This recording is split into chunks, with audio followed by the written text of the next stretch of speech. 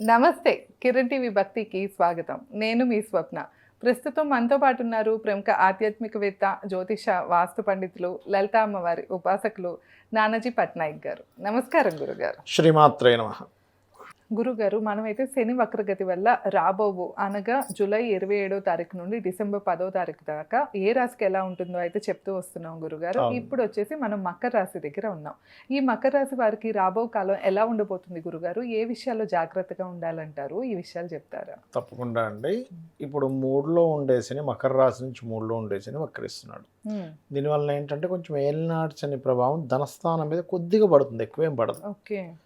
అయితే ఈ వక్రగతి వల్ల మనం శని వక్రించినప్పుడు శుక్రుడిని బుధుడిని కూడా అబ్జర్వ్ చేయాలి. అవి ఎక్కడ ఉన్నాయి ఏంటి, దానివల్ల ప్రిడిక్షన్స్ వస్తాయి.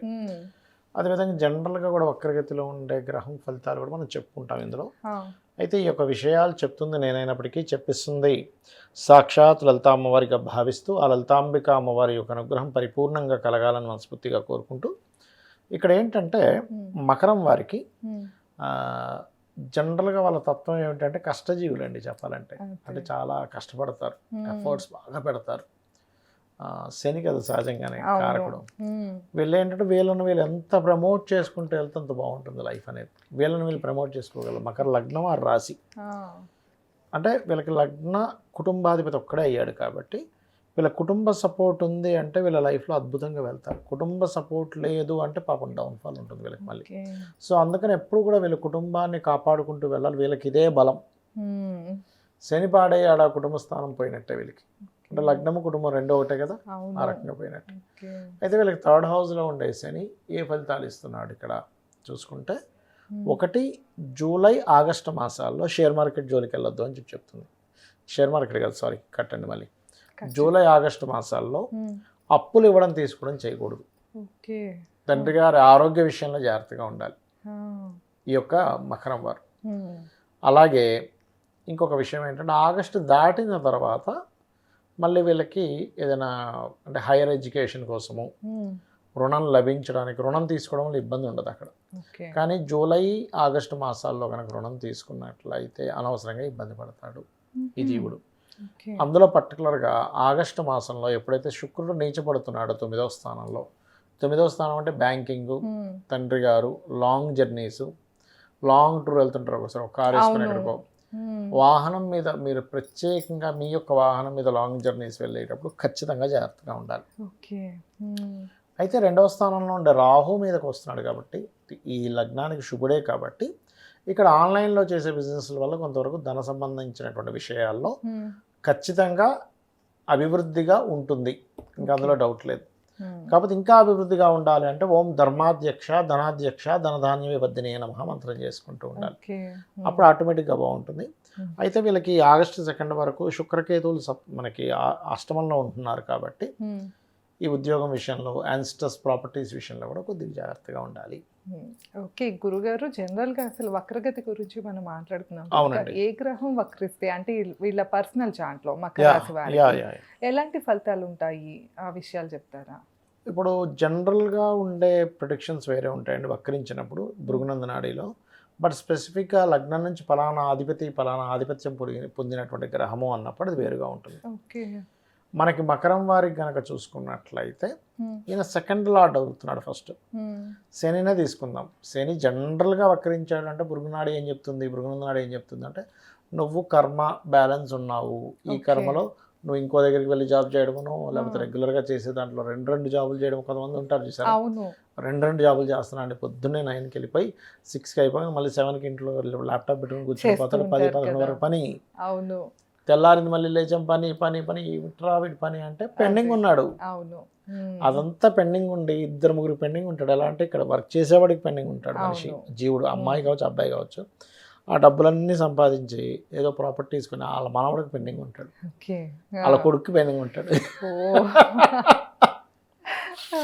బాగా శ్రీమంతుడు ఉన్న ఇంట్లో కొడుకు పుట్టాడు, కూతురు పుట్టింది అంటే వాళ్ళు వీళ్ళకి పెండింగ్ ఉన్నారనే అర్థం. ఇంకా అందులో డౌట్ ఏమీ లేదు.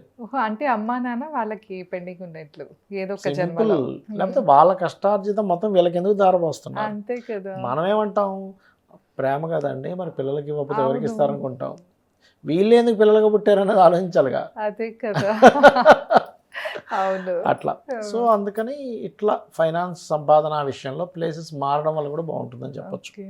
పర్సనల్గా తీసుకుంటే. ఇక జీవుడు అంటే మకరం వారికి 12th lord and 3rd lord కాబట్టి ఈ ఎప్పుడైతే ఈ యొక్క గ్రహం గురువు ఎప్పుడైతే వక్రిస్తున్నాడో ఇక్కడ ఇచ్చే రిజల్ట్ ఏంటంటే కొంచెం అన్నదమ్ములు అక్కచెల్లెళ్ళు వీళ్ళు విదేశాలకు వెళ్ళే విషయంలో కొన్ని మార్పులు చేర్పులు ఉంటాయని వస్తుంది.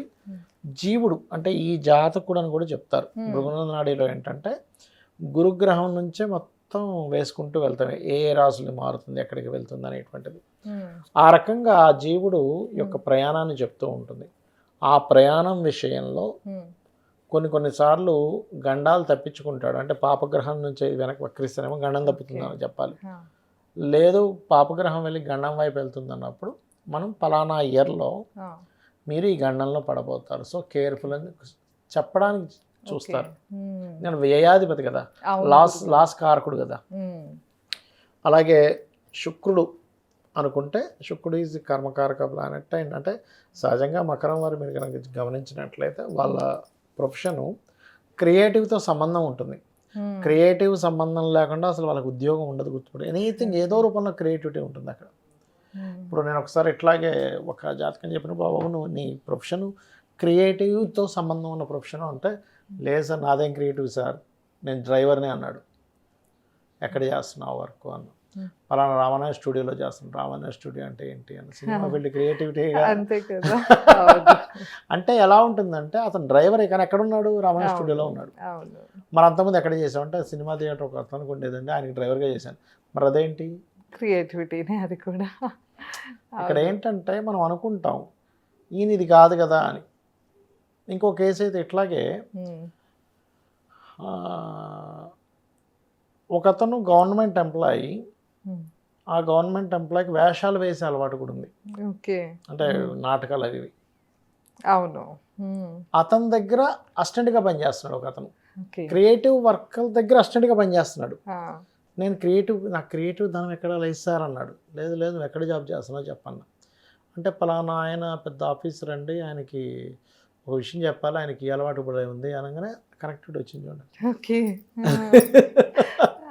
అట్లా ఏంటంటే క్రియేటివ్ రిలేటెడ్ కెరియర్స్ ఏవైతే ఉంటాయో వీళ్ళకి మకరం వారు ఖచ్చితంగా ఉంటుంది కనెక్టివిటీ. అది 5th and 10th లార్డ్ కదండి. 5 అంటే క్రియేటివిటీ, శుక్రుడు కానీ క్రియేటివ్ కారకుడు, 10th is the profession, fight and.